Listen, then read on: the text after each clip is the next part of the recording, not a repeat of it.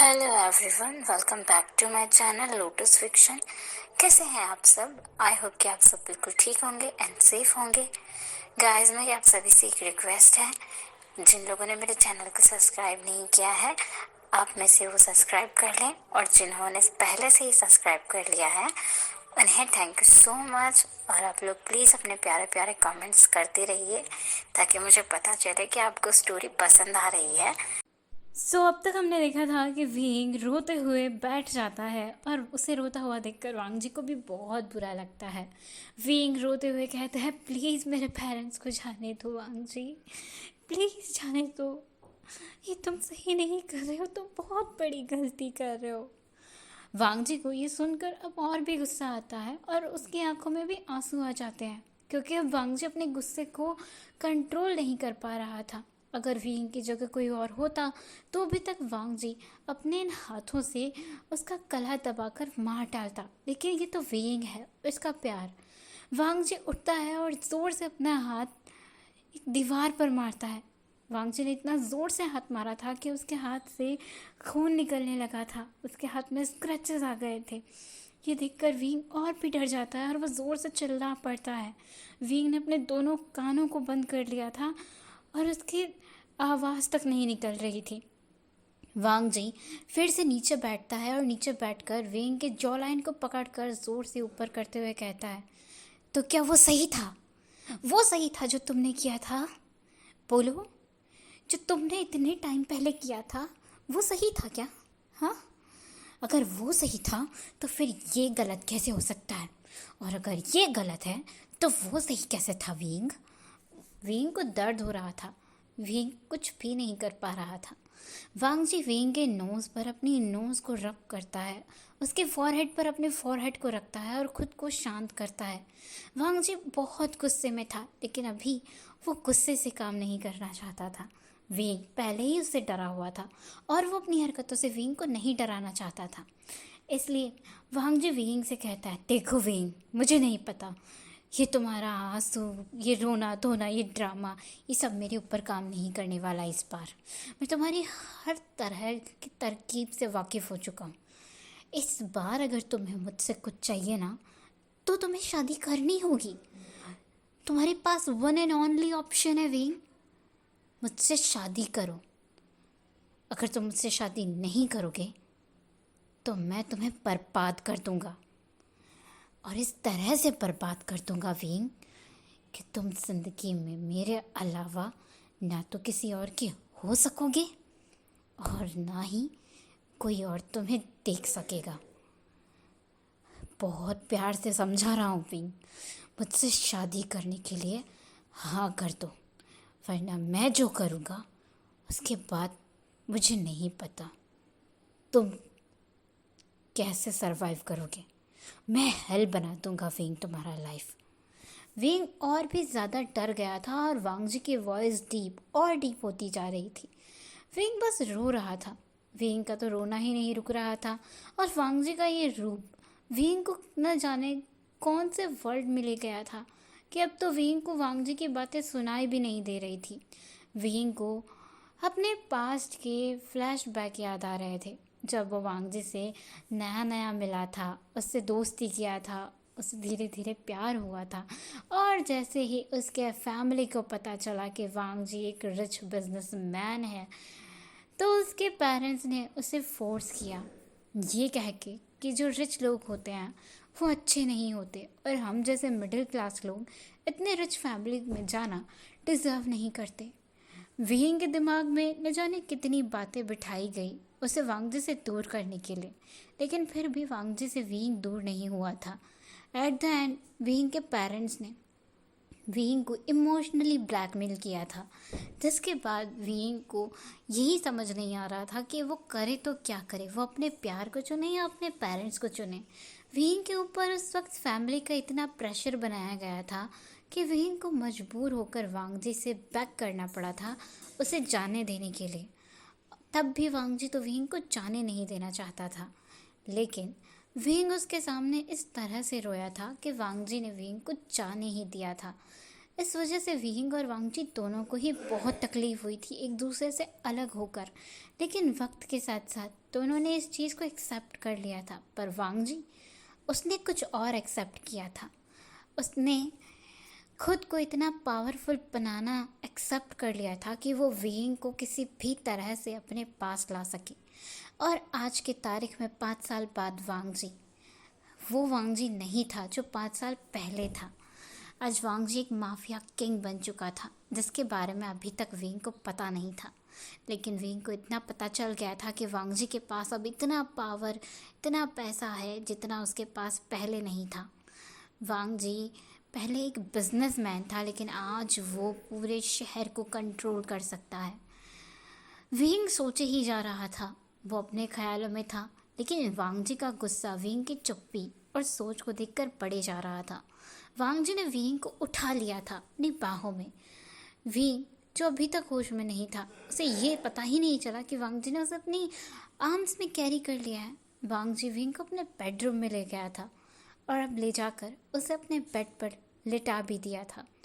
वांगजी, जो विंग को देख रहा था, उसे बहुत गिल्ट फील हो रहा था, बहुत बुरा लग रहा था कि आज विंग इस तरह से है, वो भी सिर्फ उसकी वजह से। लेकिन वो कुछ भी नहीं सोचना चाहता था। वांगजी के ऊपर जैसे एक जुनून सवार हो गया था विंग को पाने का।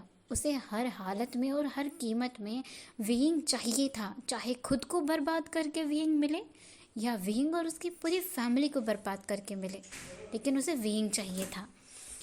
विंग, जिसे अभी तक होश नहीं था कि वांगजी उसे अपने बेडरूम में ले आया है। वांगजी विंग के फेस को क्लीन करता है, उसकी बॉडी को क्लीन करता है। और ऐसे ही बहुत देर तक विंग जब अपने ख्यालों से बाहर नहीं आ रहा था तो वांगजी उसके लिप्स पर किस करने लगता है। पहले वांगजी सॉफ्टली किस कर रहा था, लेकिन विंग कोई रिस्पॉन्स ही नहीं कर रहा था। ऐसा लग रहा था जैसे विंग एक डेड बॉडी है। वांगजी को इस चीज़ से और भी बुरा लग रहा था और उसकी आंखों में आंसू आ गए थे। लेकिन अब वांगजी और भी ज़्यादा डोमिनेट होने लगा था। वो अपने किस को फैसिनेट करते जा रहा था और बहुत डीप, जिसकी वजह से अब जाकर विंग अपने होश में आ गया था। विंग जो होश में आ गया था, उसकी आंखों में भी ढेर सारे आंसू आ गए थे और उसे महसूस हो रहा था वांगजी का वार्मथ, वांगजी का किस, जिसमें बस वांगजी का प्यार था विंग के लिए। उस किस में पैशनेट तो था, लेकिन उसमें ऐसी कोई चीज़ नहीं थी जो विंग को बुरा महसूस कराती हो। वांगजी जब विंग को किस कर रहा था तो विंग भी वांगजी को किस बैक करने लगता है। फाइनली विंग ने वांगजी के बैक पर अपने दोनों हाथ रख दिए थे धीरे से, और अब वो वांगजी के किस को रिस्पॉन्स कर रहा था। दोनों थोड़ी देर तक किस करते हैं और उसके बाद वांगजी विंग से अलग होता है। विंग महसूस करता है कि वांगजी भी रो रहा है, उसकी आंखों में भी आंसू है। वांगजी अपने नेक को विंग के नेक में छिपाता है, अपने पूरे फेस को वो पिलो के अंदर जो विंग के नीचे था उसमें गड़ा देता है। वांगजी कुछ भी नहीं बोलना चाहता था क्योंकि उसे बहुत रोना आ रहा था, लेकिन अब वांगजी हिम्मत करके बोलता है, तुमने अच्छा नहीं किया था विंग, तुमने बिल्कुल अच्छा नहीं किया था मुझे तकलीफ देकर। वांगजी की बातें सुनकर विंग कहता है, इससे भी बुरा तुम क्या कर सकते थे, और इससे भी ज़्यादा कुछ बुरा हो सकता था। वांगजी जो विंग के डर को महसूस कर रहा था और उसे विंग का डरना भी अच्छा नहीं लग रहा था, वो विंग के नेक को पकड़ता है और एक बार फिर से उसे किस करते हुए कहता है, देखना चाहते हो इससे बुरा मैं क्या कर सकता था। वांगजी जैसे एक पागल की तरह बिहेव कर रहा था, जैसे कोई साइकोपैथ। कभी वो विंग को प्यार जता रहा था, कभी गुस्सा दिखा रहा था, कभी हंस रहा था, कभी रो रहा था। विंग को तो कुछ समझ नहीं आ रहा था कि वो वांगजी से डरे या उससे प्यार करे। विंग से कहता है, तो तुम देखना चाहते हो इससे भी बुरा मैं क्या कर सकता था। वांगजी फिर से एक बार अपने डार्क ऑरा में जा रहा था, उसका बिहेवियर फिर से चेंज हो रहा था और विंग जिसकी आंखों में इस वक्त डर था, वो वांगजी की तरफ देखकर ना चाहते हुए अपनी गर्दन को ना में हिलाता, लेकिन वांगजी जैसे भी कुछ समझ ही नहीं रहा था विंग का इशारा। वो वांग जी विंग से कहता है, मैं दिखाता हूँ, बताता हूँ मैं क्या कर सकता था, इससे भी बुरा और क्या कर सकता था। वांग जी विंग के शर्ट के बटन ओपन करने लगता है और उसके ट्राउज़र से उसके बेल्ट को रिमूव करने लगता है। ये देखकर विंग डर रहा था, ऐसा कभी नहीं हुआ था वांग जी और उसके रिलेशन में। विंग कहता है, तुम क्या कर रहे हो वांग जी, छोड़ो मुझे, वांग जी छोड़ो, क्या कर रहे हो। मैं तुम्हें बताता हूँ ना, इससे भी बुरा मैं क्या कर सकता था। तुम देखना चाहते हो ना इससे बुरा क्या हो सकता था, दिखाता हूँ अभी तुम्हें। वांग जी अपने खुद की शर्ट के बटन भी रिमूव कर रहा था और अब विंग बेहद डर गया था। विंग विंग कैसे भी करके वांग जी को शांत करना चाहता था। उसे समझ नहीं आ रहा था वांग जी ऐसा कर क्यों रहा है, क्या वांग जी पागल हो गया है।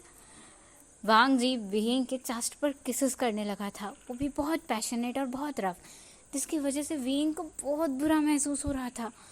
विंग वांग जी को पुश करता है और कहता है, हटो मुझसे दूर, पागल हो गए हो तुम, सर फिरे हो, दिमाग खराब है तुम्हारा, क्या कर रहे हो तुम, ये तुम ऐसी हरकत कैसे कर सकते हो।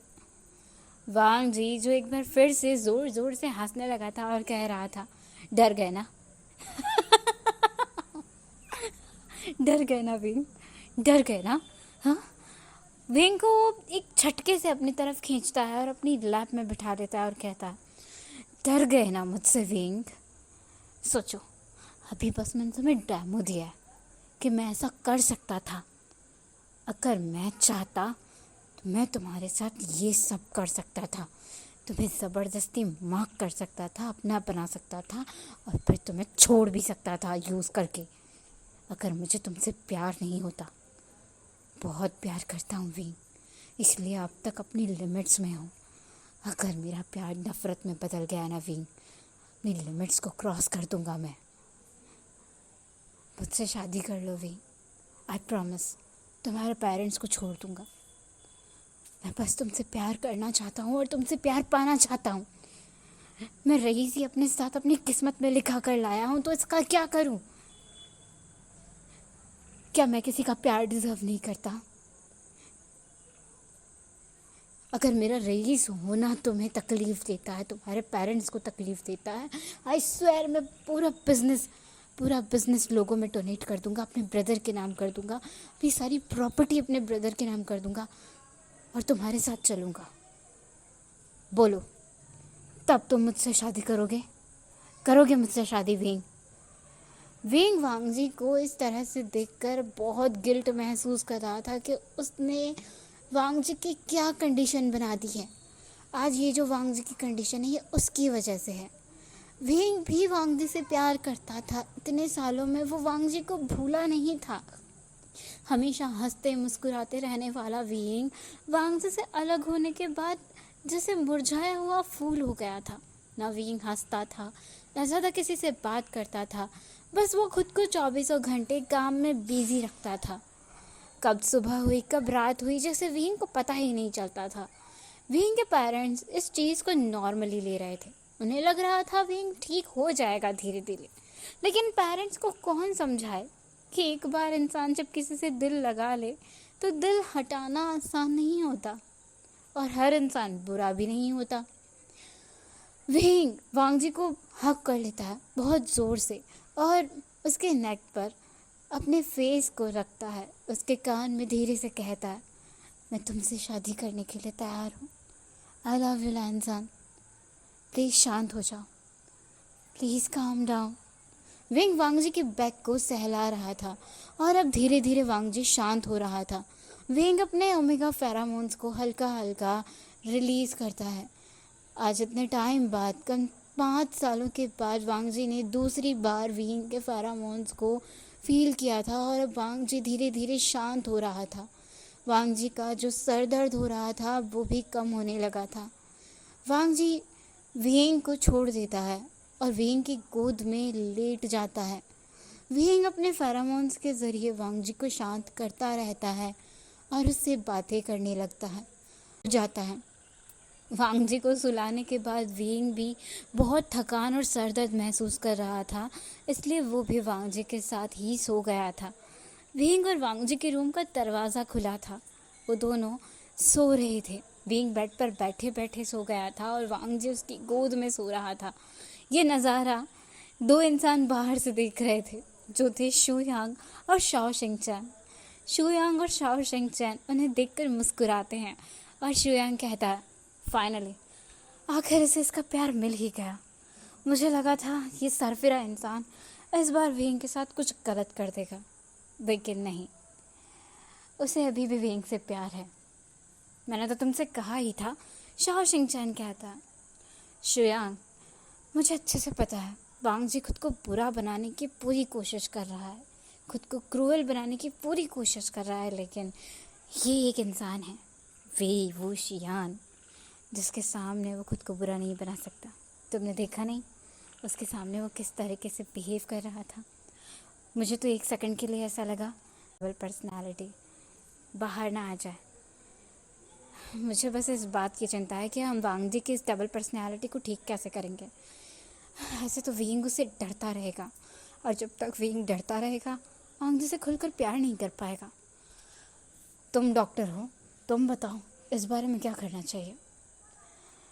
शाओ शिंगचैन कहता है, अभी तो कुछ नहीं कर सकते, वांग जी को विंग के साथ वक्त बिताने दो, शायद विंग उसका इलाज कर सकता है।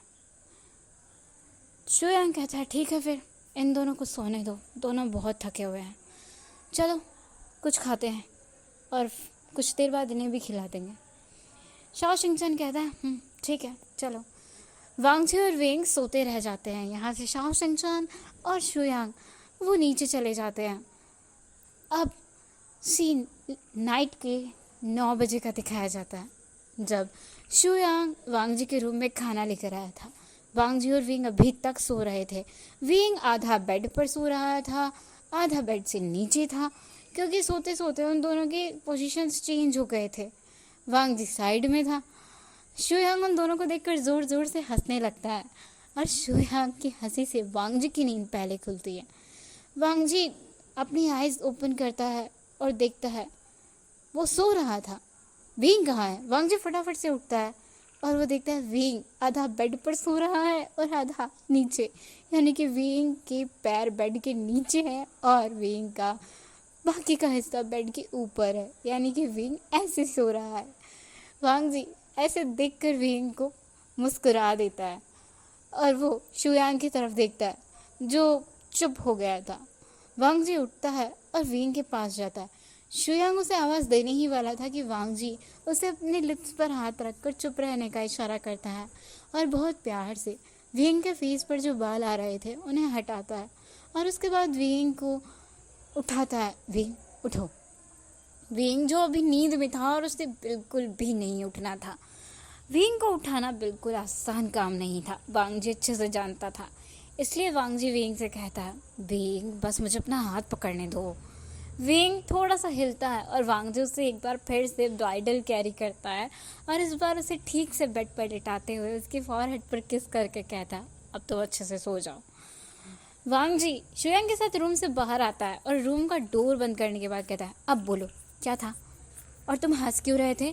शू यांग फिर से मुस्कुराते हुए कहता है, ओह हाँ मुझे याद आया, ये तुम काफ़ी देर से सो रहे हो, 5 घंटे हो गए हैं जनाब तुम्हें सोते हुए। तुम्हें खाना भी खाना है या नहीं, ये दोनों को भूखे ही रहना है रात भर। वांग जी कहता है, ओह क्या टाइम हुआ है। शू यांग कहता है, रात के 9 बज गए हैं महोदय, अब आपको डिनर करना है तो मैं डिनर पेश करूं या फिर चला जाऊं अपने घर, क्योंकि मैं बहुत थक गया हूं और मुझे तुम्हारे बॉडीगार्ड शांति से तशरीफ़ तक नहीं रखने देते हैं। तुम्हारा सारा काम पिछले कुछ दिनों से मेरे सर पे मंडा पड़ा है। अब तुम जल्दी से शादी करो, अपना ये सारा गेम ओवर करो और बिज़नेस संभालो, क्योंकि मुझे छुट्टी पर जाना है। वांग जी कहता है, मेरी शादी का सारा तैयारी तो तुम्हें ही करना है, तो तुम छुट्टी पे कैसे जा सकते हो।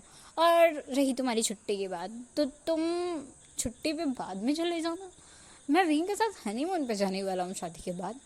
शू यांग वांग जी के पैर पे लात मारते हुए कहता है, यू ये कहीं के, तुम मुझे फंसाते रहते हो यार, मैं नहीं थकता क्या, मैं भी इंसान हूँ, मुझे भी छुट्टी चाहिए और मेरा बॉयफ्रेंड मुझसे बहुत नाराज़ है। अगर इस बार मैं उसे वेकेशंस पर नहीं लेकर गया ना तो वो मुझे गंजा कर देगा, और अगर मैं गंजा हो गया ना तो सोच लेना तुम्हारे ऑफिस में कोई भी काम नहीं करेगा, मुझे देख के सब लोग भाग जाएंगे। सुनो मैं सच्ची में बहुत थक गया हूँ यार, अगर तुम्हें डिनर करना है ना तो प्लीज़ नीचे जाके डिनर कर लेना, मैं अपने घर जा रहा हूँ सोने के लिए।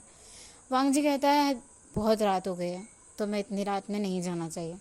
शुयांग कहता है हेलो, अभी रात के 9 ही बजे हैं और मैं रोज़ रात के 9 बजे तुम्हारे ऑफिस से निकलता हूँ। आधी बार तो मैं ऑफिस में ही सोता हूँ, आधी बार तो मैं सोता ही नहीं हूँ। तुमने तो मुझे ज़ॉम्बी बना रखा है। वांग जी फिर से हंसता है और हंसते हुए कहता है शट अप, बहुत ज़्यादा बकवास नहीं कर रहे हो तुम। मैं नहीं चाहता कि तुम इतनी रात को घर जाओ। वैसे ज़्यादा लेट नहीं हुआ है, लेकिन तुम बहुत थक गए हो। तुम्हारा घर बहुत दूर है, इतनी दूर तक ट्रैवल करके जाओगे तुम्हें मिडनाइट हो जाएगा। फिर तुम रेस्ट क्या करोगे, घंटा रहेंगे। तो बात तो तुम्हारी सही है यार, लेकिन यहाँ कैसे रुकूं? वांग जी कहता है यहाँ रुक जाओ, तुम्हारे लिए मैं गेस्ट रूम ओपन करवा देता हूँ, वहीं रेस्ट कर लो। और सुबह तुम्हारे अपने मैनेजर से बोल देना, वो तुम्हारे कपड़े यहीं ले आएगा, यहीं से रेडी होकर ऑफिस चलेंगे। शुयांग कहता है ओके, मेरा ही फ़ायदा है इसमें। उसके बाद शुयांग वांग जी के ही पास वाले गेस्ट रूम में चला जाता है रेस्ट करने, क्योंकि वो डिनर कर चुका था। यहाँ वांग जी आकर फिर से विंग को देखता है जो अभी भी सो रहा था। वांग जी जाकर शावर लेता है और उसके बाद वापस आता है, तब तक भी विंग सो रहा था। वांग जी कहता है ये कुंभकर्ण था क्या, कितना सोएगा। वांग जी अब विंग को उठाते हुए कहता है विंग उठो। विंग नहीं उठ रहा था। वांग जी फिर से कहता है विंग उठो, डिनर करना है। वांग जी विंग को उठाने में लग जाता है, बेड पे खींचता है और कहता है पहले शावर ले लो। विंग कहता है नहीं, मुझे शावर नहीं लेना। वांग जी कहता है तुम कितने गंदे हो विंग, चलो शावर लो। विंग कहता है नहीं, मुझे शावर नहीं लेना है, मेरे पास कपड़े नहीं है। वांग जी कहता है तुम्हें कपड़ों की क्या ज़रूरत है, मैं हूँ ना। विंग कहता है हाँ तुम तो हो, लेकिन तुम्हारे घर के सर्वेंट्स वो भी तो है। वांग जी कहता है अरे हाँ, ये तो मैंने सोचा ही नहीं था। ठीक है तुम शावर लो, मैं तुम्हारे लिए कपड़े अरेंज कर देता हूँ। विंग कहता है नहीं, मुझे नहीं लेना। वांग जी विंग को उठाता है अपनी गोद में और बाथरूम में ले जाता है और कहता है चुपचाप से शावर ले लो, वरना मैं तुम्हें खुद अभी बेबी की तरह नहला दूंगा पकड़ के। विंग कहता है नहीं, मैं खुद नहा लूँगा, जाओ यहाँ से, दफ़ा हो जाओ। वांग जी कहता है गुड बॉय, और वांग जी वहाँ से चला जाता है। फिर विंग के लिए कुछ कपड़े अरेंज करता है और वापस अपने बेडरूम में आता है। तब तक विंग एक बार फिर से शावर ले चुका था। विंग कहता है इतनी देर लगती है क्या कपड़े लाने में, मैंने 2 बार शावर ले लिया। वांग जी कहता है हाँ भाई, इतनी ही देर लगती है, मुझे पता थोड़ी था कि तुम्हारे लिए कपड़े लाना पड़ेगा। विंग कहता है व्हाट डू यू मीन। वांग जी कहता है कुछ नहीं, तुम्हें पता चल जाएगा बाद में, जल्दी से रेडी हो जाओ यार, भूख लगी है बहुत ज़्यादा। विंग फटाफट से रेडी होता है और उसके बाद दोनों मिलकर डिनर करते हैं और फिर से अपने रूम में आकर सो जाते हैं। विंग जिसे नींद नहीं आ रही थी, वो बहुत खुश महसूस कर रहा था, उसे अब अच्छा लग रहा था। ऐसा लग रहा था कि अब उसकी लाइफ फिर से एक ट्रैक पर आ रही है। विंग को मुस्कुराता हुआ देखकर वांग जी कहता है विंग मुस्कुराना बंद करो और अब सो जाओ। तुम ऐसा क्या सोचते रहते हो जो मुस्कुराते रहते हो। विंग कहता है कुछ नहीं, सोच रहा हूँ, लेकिन ओ शिट। वो विंग वांग जी के चेस्ट पर जोर से मुक्का मारता है और वांग जी चिल्लाते उठता है वाह, क्या हो गया तुम्हें, फिर से जंगली बिल्ली बन गए क्या तुम, तुम्हें दौरे पड़ते रहते हैं क्या। विंग कहता है गधे गई के, मेरे डैड अभी भी लॉकअप में है, अगर तुमने मेरे डैड को लॉकअप से बाहर नहीं निकाला ना तो मैं तुम्हें जान से मार डालूंगा, अभी के अभी मेरे डैड को घर पहुंचाओ। वांग जी कहता है हे भगवान, तुम्हें अभी इस टाइम पर अपने डैड याद आ रहे हैं। विंग कहता है तो जल्दी करो उठो। वांग जी कहता है शट अप विंग, मैंने तुम्हारे डैड को घर पहुंचा दिया है ऑलरेडी। जब तुम यहाँ आए थे घर पर तभी तुम्हारे डैड लॉकअप से निकल गए थे और बड़ी देर बाद तुम्हें अपने डैड याद आया, कैसे बैठे हो तुम। विंग वांग जी को स्लैप करता है धीरे से उसके हैंड पर और कहता है तुम्हारी वजह से हुआ है ये सब, समझे, तुम ही इसके जिम्मेदार हो। वांग जी विंग को अपने क्लोज खींचता है और कहता है हाँ मैं तो हूँ ही, और वैसे भी मुझे तुमसे शादी करनी है, तुमसे शादी करने के लिए मैं कुछ भी कर सकता हूँ। वो तो तुम्हारे डैड को मैंने लॉकअप में भेजा, मैं तो उन्हें किडनैप करके अपने डार्क रूम में रखता बेसमेंट में और टॉर्चर करता और उनके छोटे छोटे वीडियो क्लिप बना के तुम्हें भेजता, और उसके बाद तुम्हारी पूरी फैमिली को एक एक करके किडनैप कर लेता और सबके साथ ऐसा ही करता, फिर तुम्हें बुलाता। विंग उसकी बातों को देख कर कह रहा है वाह वाह वाह वाह वाह, बहुत अच्छा, बिजनेसमैन तो तुम थे ही, गुंडे भी बन गए अब। वांग जी कहते गुंडा नहीं हूँ मैं, लेकिन मैं कुछ और ज़रूर हूँ। विंग पूछता है क्या हो तुम, तो वांग जी विंग के पास जाता है और उसके कान में धीरे से कहता है माफिया हूँ मैं, माफिया किंग। वांग जी कहता है हा, बहुत अच्छा मजाक कर लेते हो तुम। वांग जी विंग को अपने पास खींचता है और कहता है नहीं, मजाक नहीं कर रहा विंग, मैंने सच में अब माफिया किंग बन चुका हूँ। विंग कहता है तो तुम इनलीगल वर्क्स भी करते हो। वांग जी अपनी नज़रें नीचे झुका लेता है और विंग वो कहता है सच में तुम इनलीगल वर्क्स भी करते हो वांग जी? वांग जी कहता है कुछ कुछ। विंग पूछता है क्या क्या? वांग जी कहता है स्मगलिंग, डीलिंग, डायमंड्स और वेपन्स की डील्स क्रैक करता हूँ, बाकी मैं कुछ भी गलत नहीं करता। विंग आई स्वेयर जैसा तुम सोच रहे हो मैं वैसा नहीं करता। विंग वांग जी को देखकर रोने लगता है और कहता है तुम घटिया कहीं के कमीने बास्टर्ड, तुम जरूर से माफियाज की तरह वो गलत गलत काम भी करते होंगे ओमेगास को सेल करने का। तुम मुझसे शादी इसलिए कर रहे हो ना क्योंकि तुम मुझे सेल कर देना चाहते हो। मुझे मेरे घर जाना है। वांग जी विंग के मुंह को बंद करते हुए कहता है चुप करो चुप करो चुप करो, मेरा सर दर्द हो जाएगा। विंग मैं तुमसे प्यार करता हूँ, तुमसे शादी करना चाहता हूँ क्योंकि मैं तुम्हारे साथ ज़िंदगी भर रहना चाहता हूँ। मुझे तुम्हें कहीं सेल नहीं करना यार, मैं तुम्हें सेल कर भी नहीं सकता, मेरी इतनी औकात नहीं है कि मैं तुम्हें सेल कर दूँ। तुम जैसा इंसान मुझे बेच के आ जाए और मुझे खुद पता ना चले। प्लीज़ शांत हो जाओ मेरी जान। विंग शांत हो जाता है और वो ज़ोर से हंसने लगता है और इस बार वांग जी विंग को हिट करते हुए कहता है ब्रैट तुम इतने ड्रामेबाज हो, सच में तुम्हारे ड्रामे का कुछ नहीं हो सकता, अभी तक तुम्हारे एक्टिंग का जुनून नहीं गया। विंग कहता है हाँ तो मैंने एक्टिंग में मास्टर की डिग्री लेनी थी, बस मेरे पेरेंट्स की वजह से ले नहीं पाया, वरना तो मैं सच्ची में एक्टर बनता। वांग जी कहता है तो मैं तुम्हें एक्टर बना दूंगा, फिल्म मेरी, डायरेक्टर भी मैं, हीरो भी मैं, विलन भी मैं, और तुम मेरे हीरोइन बन जाना। विंग कहता है बकवास बंद करो चलो सो जाओ। वांग जी हंसता है और फिर विंग को हक करके सो जाता है।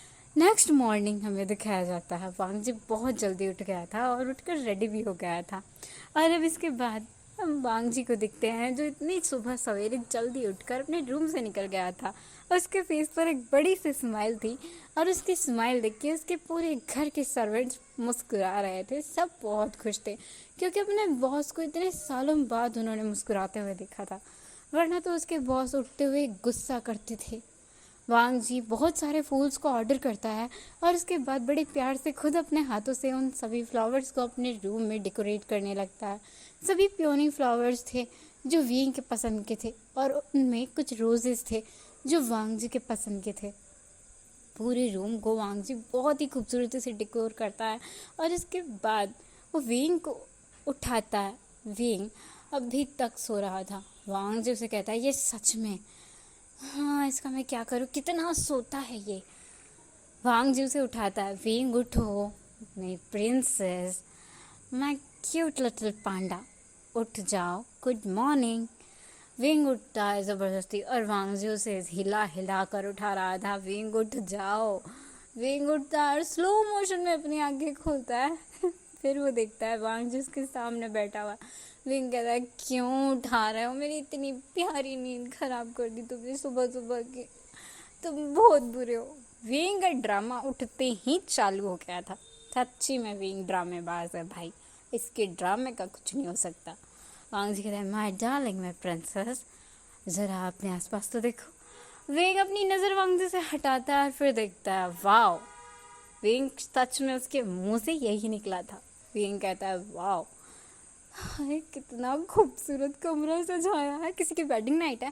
वांग जी विंग को बेड पे पुश करता है और उसके ऊपर चढ़ते हुए कहता है हाँ वेडिंग नाइट तो नहीं है लेकिन वेडिंग मॉर्निंग होने वाली है बेबी। विंग कहता है व्हाट, हाँ हम दोनों की वेडिंग मॉर्निंग। विंग कहता है वेडिंग मॉर्निंग थोड़ी होती है, वेडिंग तो नाइट होती है। वांग जी कहता है मैं सोच रहा हूँ कि मैं दुनिया से हट के काम करूँ, दुनिया वेडिंग नाइट बनाती है, मैं वेडिंग मॉर्निंग बनाऊँगा, तभी तो मैंने इतना अच्छा रूम सजाया है तुम्हारे लिए। विंग कहता है देखो हमारी शादी नहीं हुई अभी। वांग जी कहता है ओ हाँ उठो, जल्दी उठो, जल्दी रेडी हो जाओ और ये तुम्हारा ड्रेस इसे पहनो फटाफट से। विंग कहता है क्यों, क्योंकि हम मैरिज रजिस्ट्रार जा रहे हैं शादी करने के लिए। विंग कहता है क्या मैरिज रजिस्ट्रार, हम बस मैरिज रजिस्ट्रार जाके शादी करेंगे क्या। वांग जी कहता है ओ मेरे जाने मन, पहले तुम जाके रेडी हो जाओ, हम मैरिज रजिस्टर जाके शादी कर लें, उसके बाद तुम्हारे पेरेंट्स से मिल लें, उसके बाद मैं बहुत बड़ी पार्टी थ्रो करूँगा, हम बहुत अच्छे से शादी करेंगे बिल्कुल तुम्हारी पसंद से। विंग कहता है लेकिन अभी क्यों नहीं। वांग जी कहता है तुम्हारा क्या भरोसा, तुम भाग गए तो पहले मैं तुमसे शादी कर लूँ, तुम्हें परमानेंटली क्लेम कर लूँ, उसके बाद हम दोबारा शादी कर लेंगे, ठीक है? उसके बाद तो मैं तुमसे हर महीने ये शादी कर लिया करूँगा, अगर तुम चाहोगे तो। विंग कहता पागल हो तुम मांग जी, हर महीने कौन शादी करता है? वो शावर लेकर आता है, तब तक उसके सामने 4-5 मेकअप आर्टिस्ट खड़े थे जो उसे रेडी करने के लिए थे। सभी मिलकर विंग को बहुत अच्छे से रेडी करते हैं और उसके बाद विंग अपने रूम से बाहर निकलता है। सो गाइस, आज के लिए बस इतना ही। हम लोग मिलेंगे नेक्स्ट पार्ट में। तब तक के लिए आप सब अपना ख्याल रखें, ध्यान रखें, सेफ रहें और अपने प्यारे प्यारे कमेंट्स करते रहें। Thank you so much for watching and good night.